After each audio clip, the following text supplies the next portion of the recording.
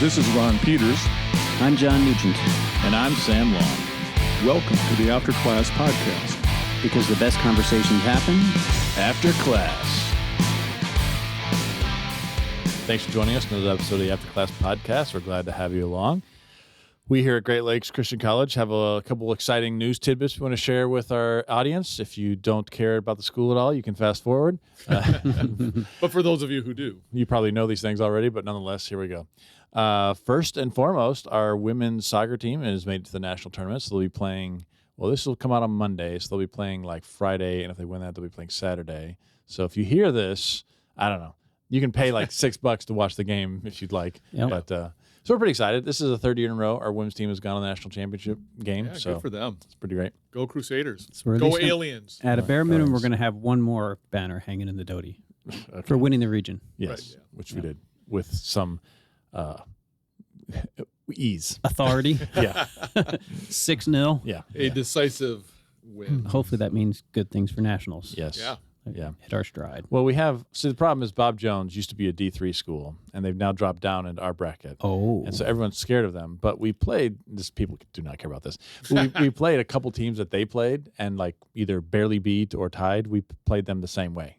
Okay. So I feel pretty good about our chances if we can get over the fact that it's Bob Jones and just play him normally. Don't be intimidated by the Right. name of the school. Yeah. So, yeah, be praying for our ladies. Yes, this upcoming weekend. And then another. No, I was just thinking about. But not normally? No, they're going to hear this after it took place. So No. No. This comes out Monday. The games are later in the week. I thought you said they're this weekend. That's right. They're the following weekend.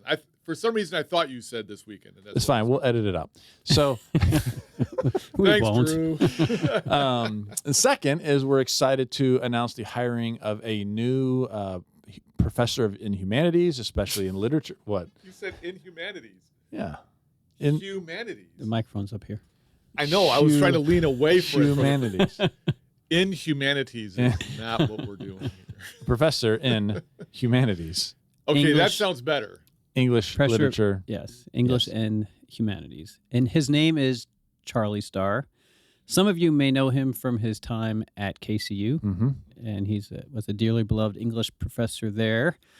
And now we have the pleasure of having him on staff at Great Lakes. Those of you who are C.S. Lewis fans will be delighted to know that we have a C.S. Lewis nerd savant. Officially. like at least top 3 C.S. Lewis scholars in the country. Yeah, he's Right. not like a Lord of the Rings scholar like me. Ron is. He's Right. actually officially a C.S. Lewis guy.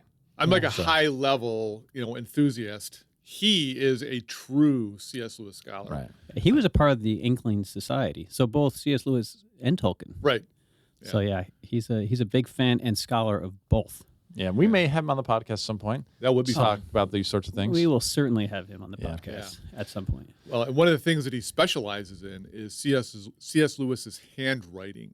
Mm-hmm. And he gave us a really interesting story of how you become a specialist in somebody's handwriting, because I thought it was funny, but I wanted to hear more about it. And once he explained it, I'm like, okay, that makes a lot of sense. And so when you have a guy who's world-renowned as a specialist in C.S. Lewis's handwriting, you know that he's part of that You inner got group something. of people. Elite group. So he'll be joining us what for the we're next most semester. excited about is he has a reputation of being a really great students teacher. Yes, and he is. even as he was giving his presentation to the faculty, we were like, yeah, this guy's going to make a great professor. Mm-hmm. Oh, yeah. Without a doubt. We had Yeah. people after the faculty meeting saying, I think I'm going to audit one of his classes. Yeah. Well, just from our interview, he got me thinking about some really interesting stuff. He was talking about, beauty and sort of a theology of beauty. And it's not that I never thought of that before, but he talked about it in a way that got me thinking outside of my regular box. And I love that. When somebody can introduce something to me, I'm like, oh my gosh, you have just opened up my mind in some new and exciting way. That's great. And that is exactly what Charlie did. I cannot wait for him to do that with the students. As a matter of fact, he's the only person we've interviewed, and I've interviewed lots of people. Including me, hired. by the way. Everyone on staff right now, full-time except Esther. But yeah, I remember the opening line of his presentation. Mm-hmm. Do you guys remember what his opening line was? I do, yeah. I couldn't quote it. So, why isn't virginity cool? Yes, that's right. That's It was what it something was. along those lines. That's how his presentation began. Yeah. Why isn't virginity cool. Yeah. That's how you begin a faculty interview. It is a great way. So anyway, Yep. And he had our attention from that point on. so yeah, he'll be starting in January. So he'll be with the spring semester, and we just really look forward to adding him to the team. Yes, absolutely do. So, But speaking of students, professor, and discipleship, just kidding. I did it for you, John. There you go. yeah, thanks for Ruining it for you. doing my job of doing a week tie-in. John is usually really good at like sliding us into the Again, you topic. keep using that word. I'm not sure you know what it means. I just watched Princess Bride this weekend. You're welcome. So, okay, at Statewide, that was fun. Okay, it really was fun. But last week we talked about what are some ideas, resources, instruction, guidance for people who are new believers. They might come to the faith late in life. And we talked about just a lot of the ways that you can plug yourself into a church and resource yourself for just immersing yourself in God's Word and the Bible story and plugging into small groups and finding a way to serve. One thing we didn't get to that we're going to dedicate a whole episode to this week is one of the most important things a new disciple or follower of Jesus should dedicate their life to is making disciples. Mm-hmm. Yeah. Like it's interesting, like in the Bible, a lot of times people hear about the gospel and they hear about the good news and they just immediately start and go telling people. Like people often think that, well, you should wait until you kind of have all the answers and know the Bible really well before you start telling people about Jesus. That's not a great idea. I agree with you. Some of the most effective evangelists are recent converts Totally agree with that. who are just really excited about their faith. Yeah, and it makes sense because, like, when you find good news, you want to tell people about it, right? Yeah. But like, you don't tell people. Most of us don't tell people good news like 5 years down the road, like it's past. Yeah. But I mean, Yeah. of course, obviously, this Old is news by ongoing then. good news. But Yeah. nonetheless, it makes perfect sense with just the way people are sort of wired. Like, you can't contain it. You want to share it with people, and that's like you said, new converts. Like, have you heard about Jesus? Like, yeah, I've heard about Jesus. He's been around a while. But anyway, But have you heard Yeah. about him? Yeah. Yeah. You know, So so no, I was just going to say there's an enthusiasm there that I find infectious because I've been a Christian for a really, really long time. But when I get around new believers, it almost fires me up again. And sometimes when I learn new things about the kingdom, I get fired up, and I really enjoy that. I love being around new believers, though, because that enthusiasm is just like a big fire, and you want to get close to it and be around it. And so I disagree with what you said. I agree with it. Don't feel like you can't talk. Get out there and talk. Share with people why you're on fire for Jesus. yeah, which leads to our topic of the day, which is discipleship. And in particular, we're going to kind of give some Bible background to the concept of disciple. Like, what is a disciple? What is discipleship? What does it mean to make disciples? And what are some of the resources in the New Testament to help us wrap our mind around what Christian discipleship is about? So I think we'll start with just basic definition. When you guys think of the word disciple, what definitions come to mind?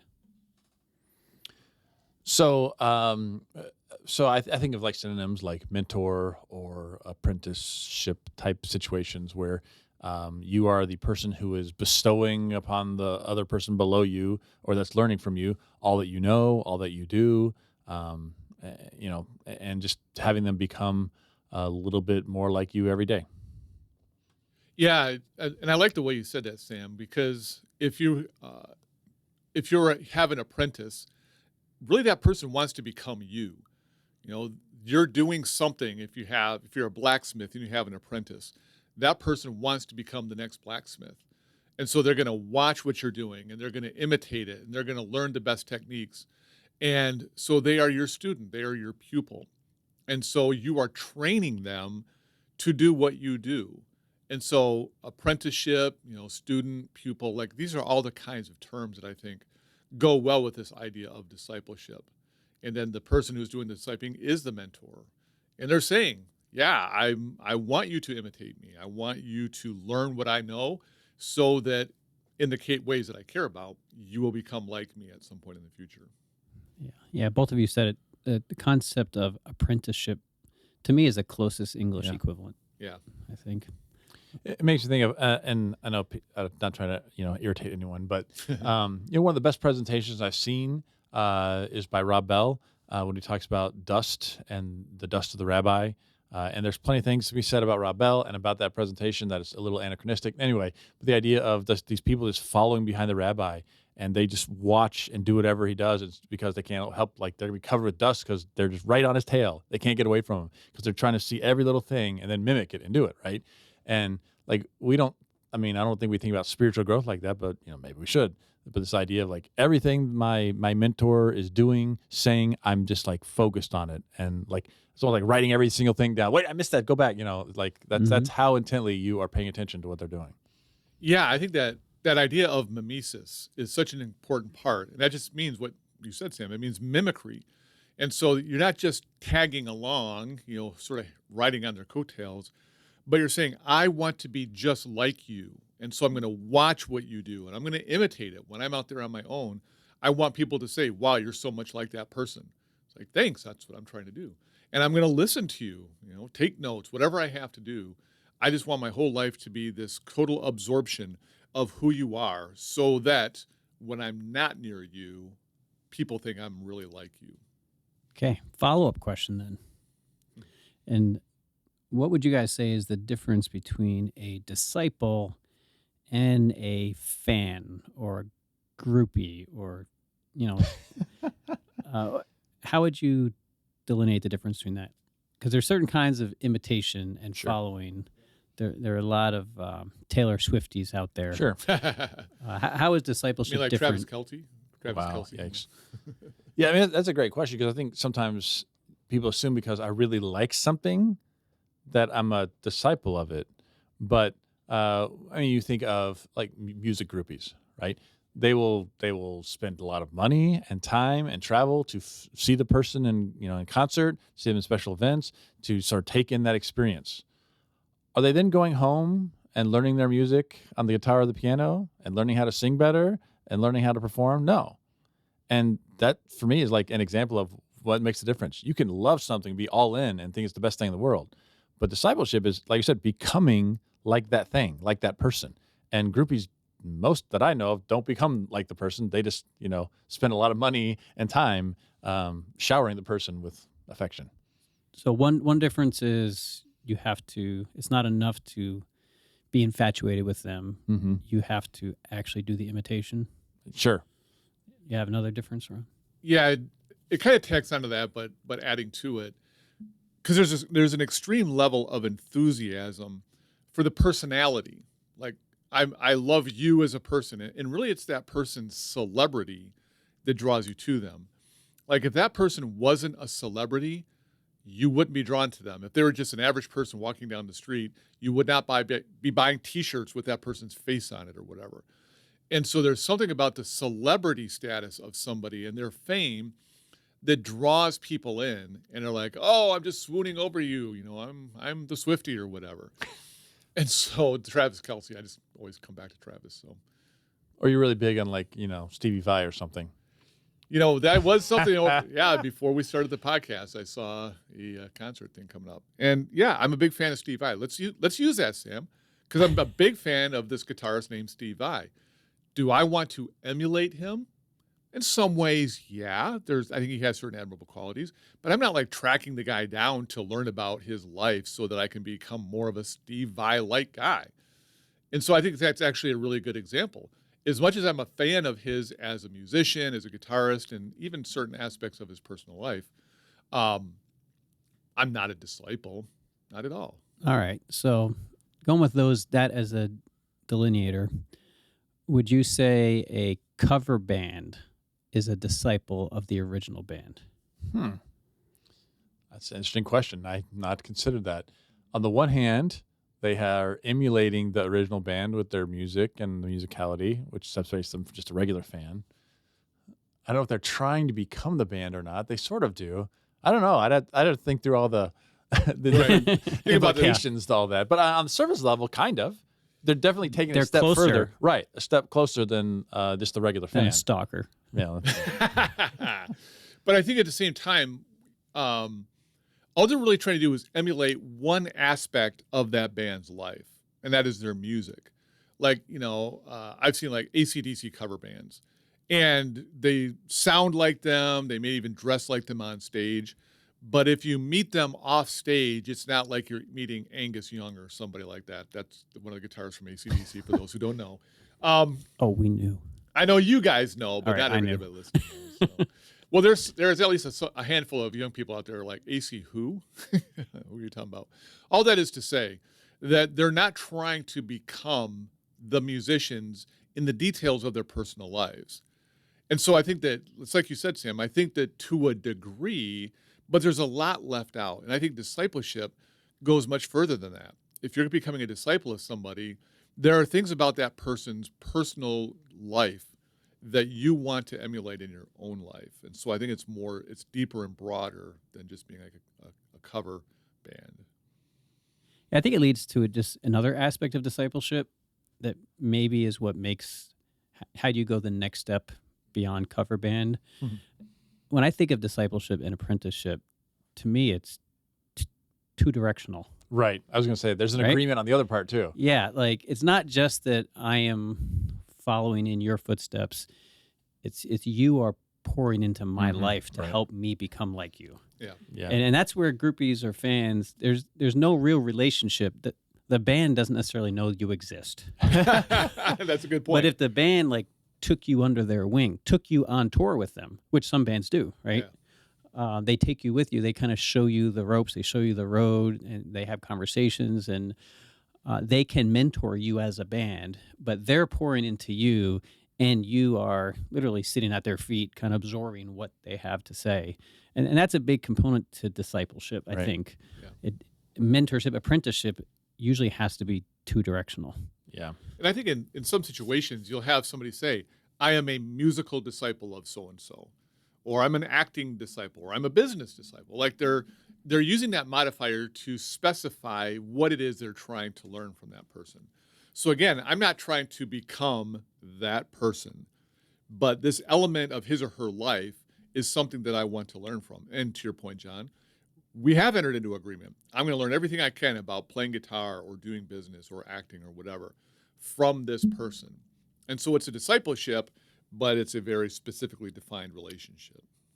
Yeah. It reminds me of what's the singing show? Not the one on, I think, on NBC where they There's have the The four Voice. chairs. The Voice. They actually then take one of the contestants under their wings, and like that's more what we're talking about, as opposed to the AC/DC cover band who's never met the band, right? And the band doesn't know they exist, doesn't care about tribute them, band, right? Yeah. Yeah, and the Queen Extravaganza is a good example of this. There are lots of Queen cover bands, Sure.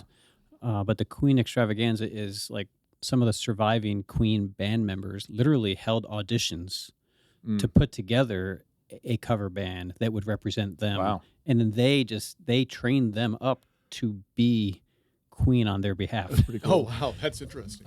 And I know this so well, not only because I'm a Queen fan, but Mark Martel, who is a lead singer of a Canadian band called Down Here, he auditioned for the lead vocalist, Freddie Mercury, and won. Like Wow. he made it to the Queen Extravaganza. They had a couple of Freddie Mercurys. One of them was from one of those, not The Voice, but one of the competition Yes. shows. I forget the guy's name. Yes. Lambert? Lambert? Yeah, from Adam? American Idol. Adam Lambert? Adam From American Lambert, Idol. Like, he was one of the other singers. Right. But anyway, and that's when my favorite Christian band broke up because Oh. he went and became Freddie Mercury and hasn't gone back. Anyway, but yeah, they literally took that. They created a cover band in their image, Wow. selected them, raised them up in the way that you see discipleship having in the Bible, which leads to the next part of our episode. I know you guys are really looking forward to this. Really yes. chomping at the bit. Yeah. It's been a while since we've had a competition between podcast members, and we're going to do that today. Revive the battle between Ron and Sam, and He's just an instigator. I know, right? Woody Yep. Woodpecker over there. so yeah. I mean, it was tempting for me to. That's fine. Yeah. Okay. So the competition is, and you have to do rock, paper, scissors to see who goes first. But I want you guys to take turns naming someone in the Bible who is described overtly as having disciples. So one of you will go first, and then the other, and see who's the last man Until we standing. run out of ideas. Until you run out of ideas. So All right. one of you gets to go first. All right. Rock, paper, scissors. And maybe okay, ready? Rock, paper, scissor. Okay, you're first. All right. It was scissor, paper for those watching at home. And Ron had the scissors. Yes. I had the scissors, so. All right. So who had disciples, Ron? I mean, I'm just going to go with the obvious one and say Jesus. I mean, Of course you are. Yeah, I mean, that's Lame. I agree, All right. but That is correct. Jesus is listed as That having gets me out disciples. to an- You get yeah. 10 points. Elijah. see, that was the second one I was going to say. was Very Elijah. good. Who was his disciple? Well, there's Elisha, but there's also the company of prophets in addition to him. Yeah. But that's nonetheless. Yep. John the Baptist. He is named as specifically. having disciples. Yeah. This may be a long shot, but I'm going with it. Isaiah. It's not a long shot at all. It specifically said that Isaiah had disciples. I thought Yep. that was the case. Yep. And if you want the reference, Isaiah 8:16. Let's go. Wow. Okay, so this is where it gets tough because Yeah. we've named off some of the obvious ones there. Should have held that one back. Well, that's probably There's some true. lower hanging fruit. I can't think of it. But go ahead. Yeah, so now I'm. We're filling the air while we think. That's what's going on. I know I am. We're I'm vamping. kibitzing here while I'm trying to figure out kibitzing. who the next person who had disciples. In the Bible, we're talking about, right? Yep. In the Bible. So the Pharisees are mentioned having disciples. Absolutely. Yep. Dang.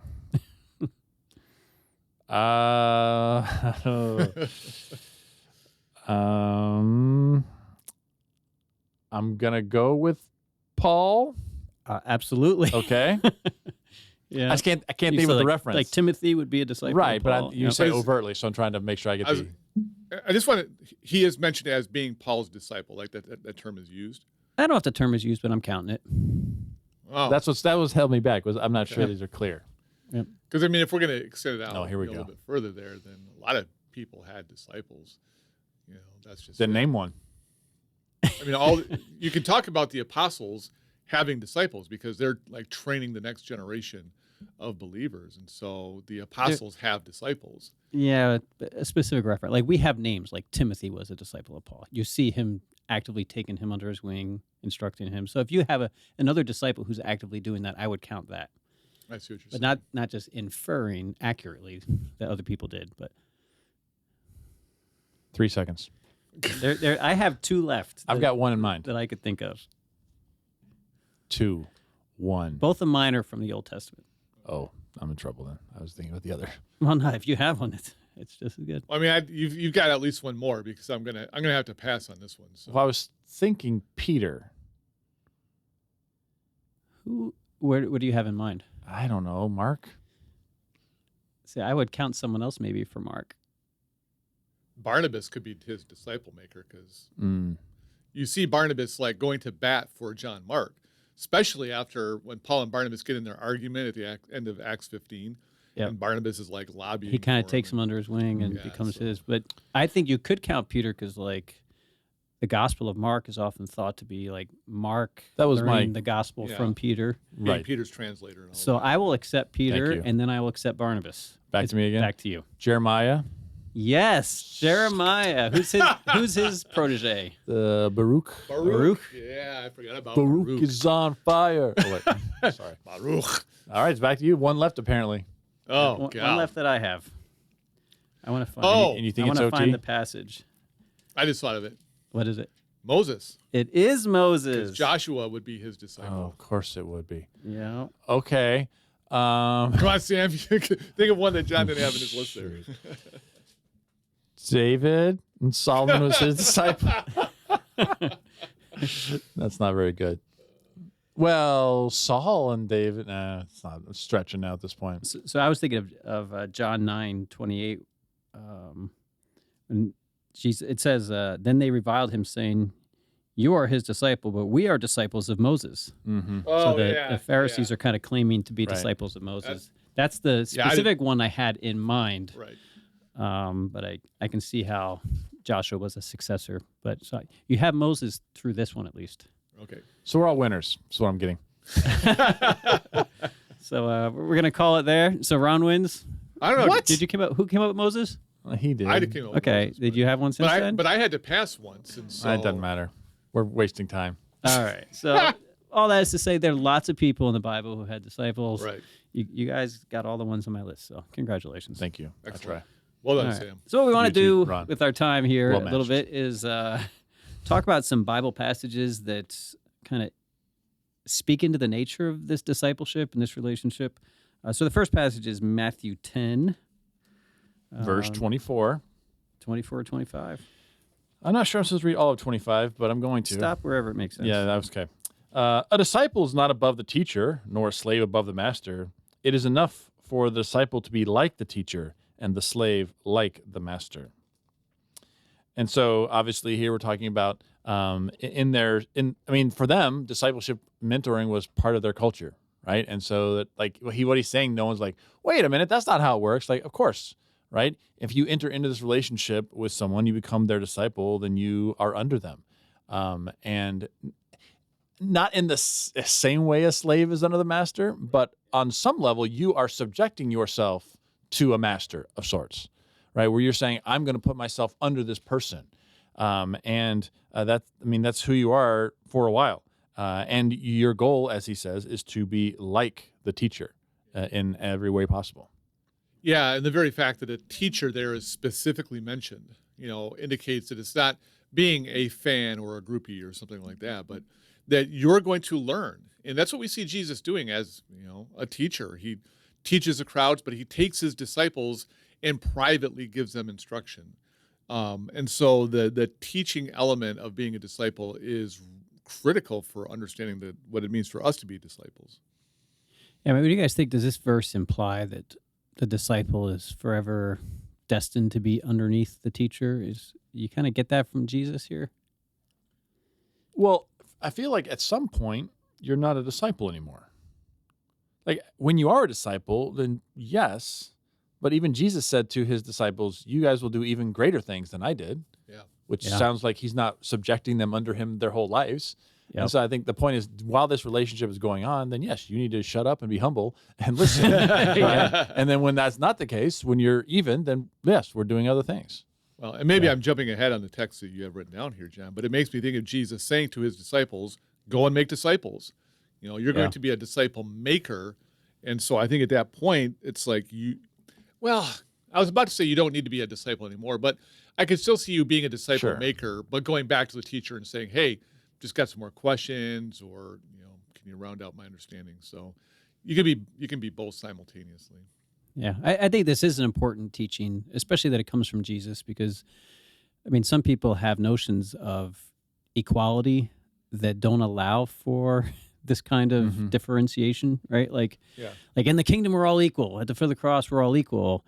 Therefore, everything that I say is just as valid as anything that you say, Right. Mm-hmm. right? And then Jesus is actually saying the opposite of that. Like, there is a time in your discipleship when you confess that I know so much less than someone else, and I want to learn everything they have to teach me, so that I can,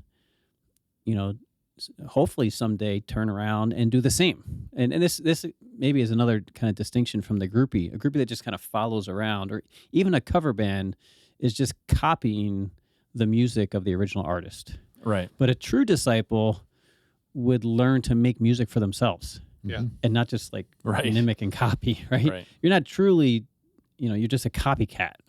You're not really a disciple until you learn how to produce your own, right? And perform your own. Kind of like what Darth Vader says to Obi-Wan. When I left you, I was but to learner. Now I am the master. Yeah. And Yep. so I think, so there is room in the kingdom, and Mhm. therefore in the church, for asymmetrical relationships where people who are further along in the journey Mm-hmm. raise up those who are new in the journey. And that's okay. Yeah. I think some people have to wrestle with the okayness of that. Right. For me, the key is it's not the teacher, right? The disciple maker is not lording it over them, Yeah. and they both Right. agreed to enter into this relationship, right? And so that's what I'm saying. Like, It's consensual. right? Oh, okay. Way to make it awkward, but yeah.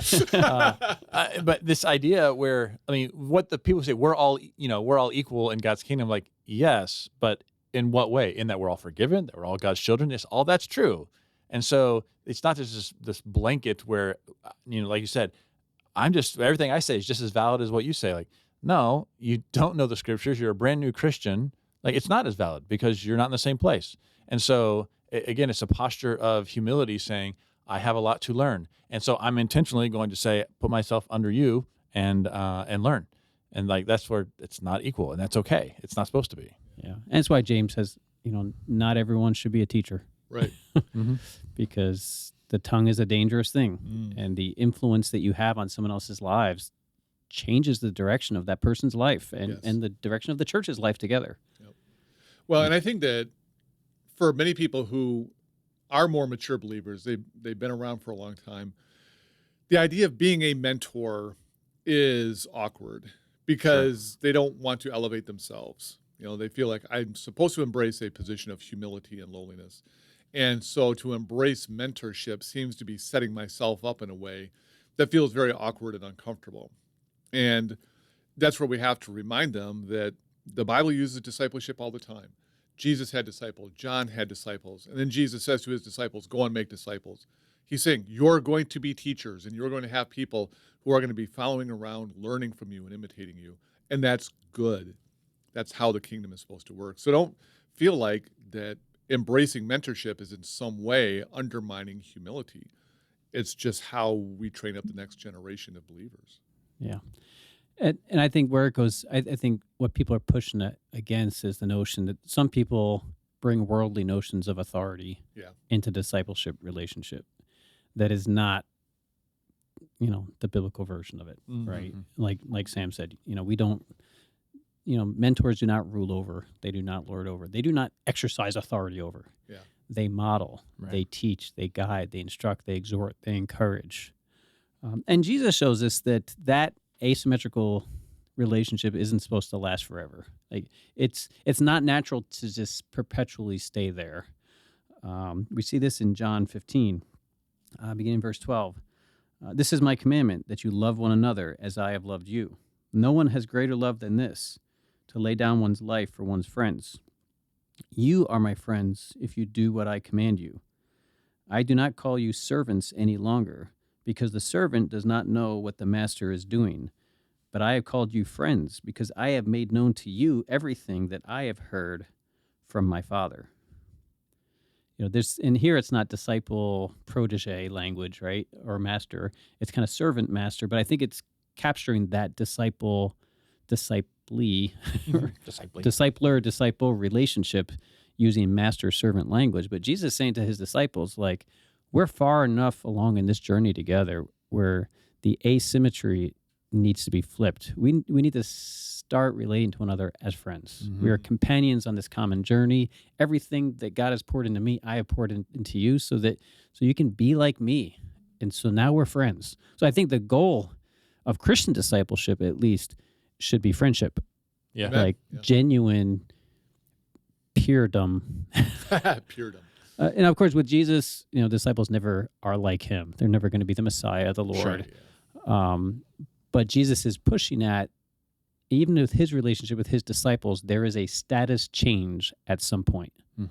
And if even Jesus was willing to lower his status in relation to his followers by elevating them so that they can be at the same level as friends, how much more should we strive, right, in our discipling relationships to do the same thing? Yep. Yeah.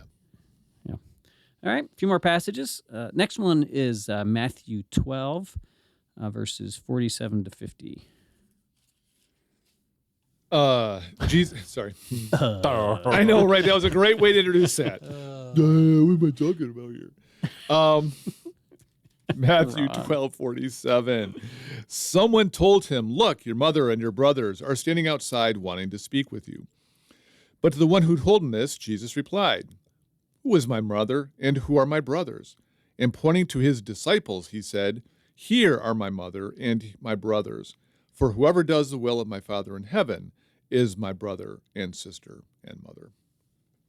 And so that's interesting because here Jesus points to his disciples, but kind of going back to what you said about friendship, he says, my disciples are my mother and brothers and sisters. Like there's a close familial nature to the relationship. It's not you're just my students, but you're members of my own family. And I think that's an important way of understanding how that discipleship relationship should be viewed. Yep. Yeah. And I think for Christian discipleship, the thing that we have in common, the one discipling and the one being discipled, is we're all trying to learn and be obedient to the will of the Father. Yeah. I mean, that's the common thing that makes this Christian discipleship Right. as opposed to any other kind. Right. Yeah, and that really mirrors the ancient world where, you know, most people did not have access to any form of formal education. You didn't go to elementary school or high school or anything like that. Little kids shadowed around their parents. And so boys would shadow dad from a very young age. And they're learning the trade. Most people entered into the same trade as their parents. You know, you think of Jesus, who was a carpenter or stone worker probably, whose dad did the exact same thing. What did Jesus do? He shadowed him. He learned the trade from his dad so that when he grew up, he could do the same thing. I think that Jesus is saying that you all have to see yourselves as members of my family. And just like kids shadow mom and dad, you're going to shadow me. And you're going to learn what it is to be my follower by doing that. And so the disciple family metaphor, I think, made even more sense in the context of the ancient world. Yeah.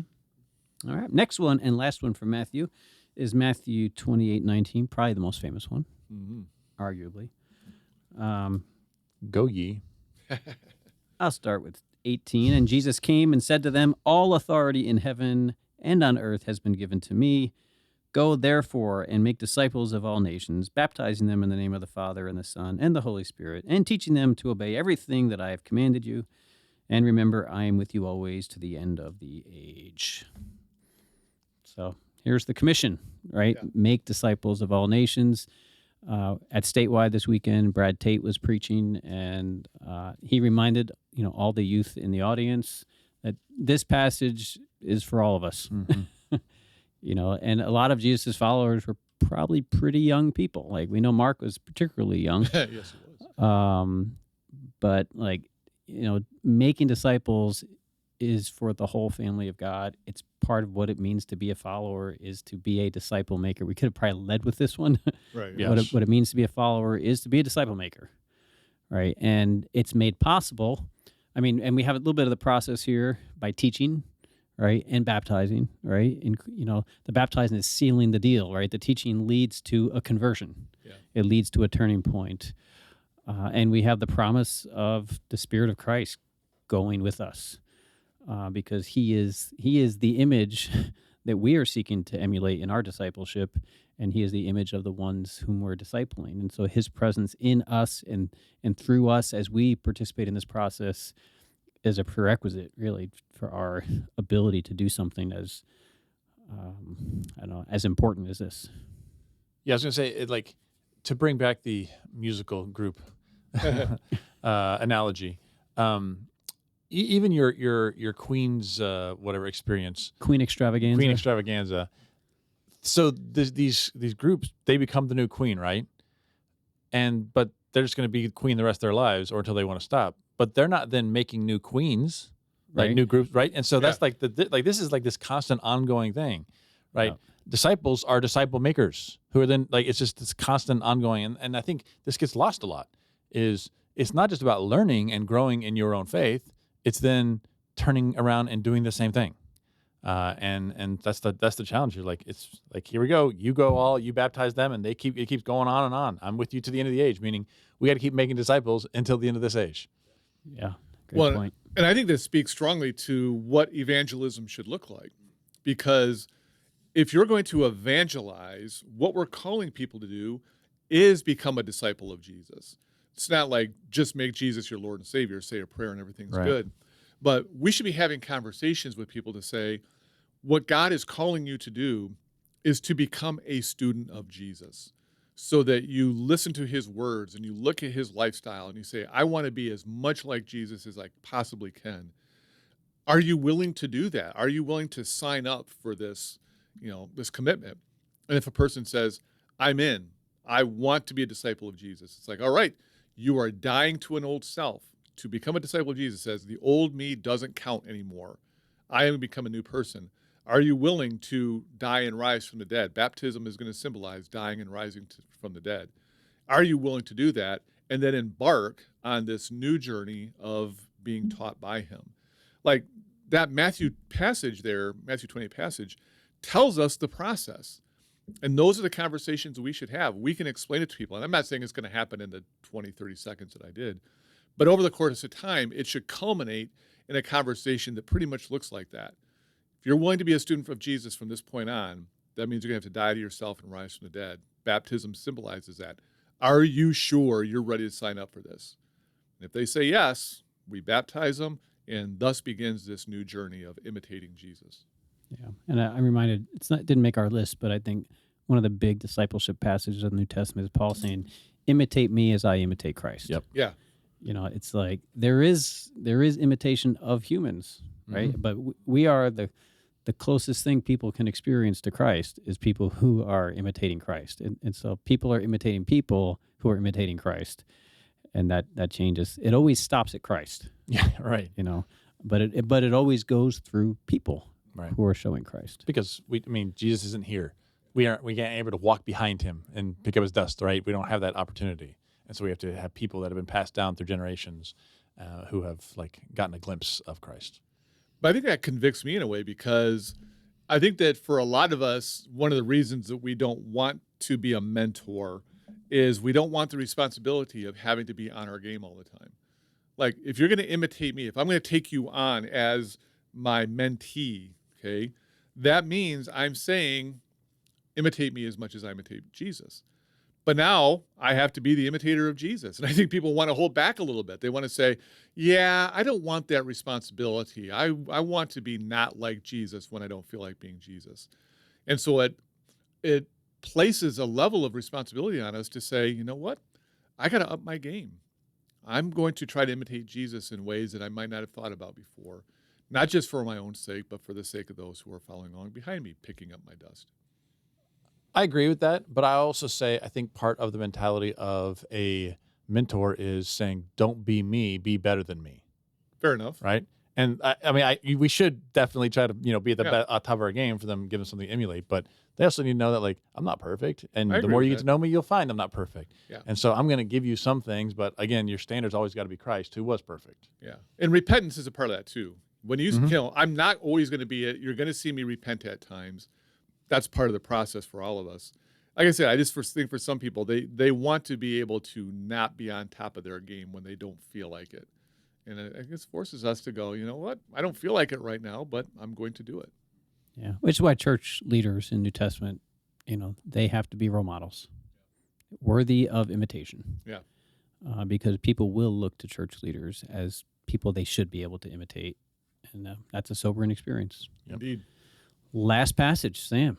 This comes from Acts chapter 11. Starting in verse 25. Then Barnabas went to Tarsus to look for Saul, and when he had found him, he brought him to Antioch. And so it was that for an entire year they met with the church and taught a great many people. That sounds like discipleship. And it was in Antioch that the disciples were first called Christians. Yeah, and this is an important passage. I think it's one of the things we observed. I had in my notes, and Ron called it into question. I did call it a question. I wanted independent visual verifications. As you should. But one of the things you notice in the New Testament is after the book of Acts, you don't see discipleship language anymore, which is kind of fascinating, right? That language drops off the New Testament radar. And other language takes on. And the other language that you encounter is Christians. Right. Household of God, family of God, believers, brothers and sisters, right? But disciple language changes. And this passage is chosen. It's not the last passage in Acts that uses the word disciple, but it does note that at a certain point, a language shift happened. And the question is, for those of us, especially from a church tradition that wants to be like the early church, does that mean we should shift away from using disciple language? Because, it seems to happen in the New Testament. What do you think about that, Ron? I think that they're called Christians because implicitly to be a Christian is to be a disciple of Jesus. Like the term designates that. Now, I think that over time, the term Christian lost some of that weight, which is sad, for the term Christian. But I think that's a more recent thing. So, yeah, I think that the term Christian just implicitly meant a disciple or student of Jesus. Now, linguistically, is it accurate when people say that the word Christian means little Christ? Is that what the I don't think so. I'll double check to make sure. Little Christ, I don't think linguistically it means that. It would need some sort of diminutive at the end for that to be the case, and I don't think it does. I hear that language a lot. Sure. And I was like, I wonder if there's any legitimacy to that. So what's the ian at the end? Is there what does this word look like in Greek? Christianoi would be the plural. Is it? I can't remember if Christianes or Christianos. I'll have to look to see what the last vowel is there. So the eon doesn't convey anything? No, because Diminutive? it's I got to look it up. I'm just not I'm not seeing the word in my head as we're sitting here talking. But eon. So ion. Christian is ian. So that's not a diminutive in Greek. Ion, iota omicron nu, is a diminutive. Eon is not a diminutive. So. Yeah. But the very fact that it's Christ ones. Christ ones. At yes. least talks. So it may not be little Christ, but like the Christ-like ones. Yeah, Christ people. Yeah. Christ people is what it would mean. So people of the Messiah. Yes, people. You might of even the say Messiah. kingdom people, since Christ is I would agree with that. Messiah. Well, and I think and that gets into, it's not just being disciples, but I think it acknowledges his kingship. Yep. You know, being Christians is, Caesar's not your king, Jesus is your king. You know, so it's more than being a disciple. It embraces other aspects of what it means to be a follower of Jesus. Although that's acknowledging him as king is inherent in following his teachings and all that. You want to weigh in on the whole should Christians stop using disciple language because it stops in Acts? I mean, why? No, I think, okay. Sorry. So many things. We're out of time, but yep. I think it's one word that's used multiple times and describes a certain thing, and we should call, things by biblical names, biblical things by biblical names, right? And that's what's happening. I agree that Christian then sort of subsumes it and includes that, and so I have no problem with either being called because, disciple, you may have to describe that you're a disciple of Christ to distinguish from being a disciple of something else. Yeah. But I have no problem with that terminology. Yeah. Well, and the term Christian doesn't dominate the letters either, just other words. Right. Mathetes, where the word for disciple isn't in the letters, but it's not like Christian dominates. It only shows up one time in the letters. So that being a broad term for us is not something that we necessarily see throughout the New Testament. So just other terms are used. But we do see in the letters, at least, especially the way Paul talks to people, imitate me as I imitate Christ. Yep. People should be role models, right? Yeah. And so the concept of learning Christ from other people just continues all throughout the New Testament, even if that language isn't really used. Yeah. Right. So, I mean, you want to call us disciples, aliens, whatever. It's fine with me. aliens like Peter. Keep Banging lobbying that for drum. that name. Yep. Keep going. Right. We'll get there eventually. Well, hopefully from this just brief little survey of discipleship concepts and language in the New Testament and lexically it is helpful to you guys as you think about what does it mean to be a new follower of Jesus, or what should you have been doing for a long time if you are a long-term Right. disciple of Jesus. Yeah, I mean, I would leave with those questions like, are you being discipled by someone? If not, why not? Are you discipling someone? If not, why not? Yeah. I mean, those are the questions we should be asking ourselves. Right. I mean, are there valid reasons for that? Because I'd say most probably don't have valid reasons. Yeah. Other than, well, I won't get into that. I won't talk about other people's reasons, but yeah. Yeah. I like those two questions. Good place to leave it. Amen. Well, thanks for joining us for this episode of the After Class podcast. After Class because... The best conversations happen After class. after class. After Class. After class.